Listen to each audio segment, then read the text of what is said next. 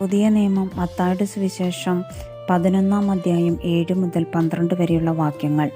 അവർ പോയതിനു ശേഷം യേശു ജനക്കൂട്ടത്തോട് യോഹന്നാനെക്കുറിച്ച് സംസാരിക്കാൻ തുടങ്ങി. എന്ത് കാണാനാണ് നിങ്ങൾ മരുഭൂമിയിലേക്ക് പോയത്? കാറ്റുതുലയുന്ന ഞാങ്കണയോ അല്ലെങ്കിൽ വേറെ എന്തു കാണാനാണ് നിങ്ങൾ പോയത്? മൃദുല വസ്ത്രങ്ങൾ ധരിച്ച മനുഷ്യനെയോ? മൃദുല വസ്ത്രങ്ങൾ ധരിക്കുന്നവൻ രാജകൊട്ടാരങ്ങളിലാണുള്ളത്.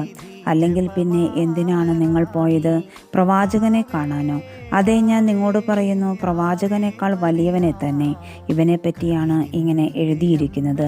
ഇതാ, നിനക്ക് മുമ്പേ എൻ്റെ ദൂതനെ ഞാൻ അയക്കുന്നു.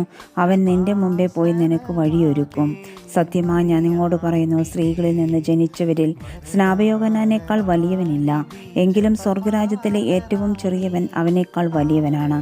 സ്നാപയോഹന്നാൻ്റെ നാളുകൾ മുതൽ ഇന്നുവരെ സ്വർഗരാജ്യം ബലപ്രയോഗത്തിന് വിഷയമായിരിക്കുന്നു. ബലവാന്മാർ അത് പിടിച്ചടക്കുന്നു.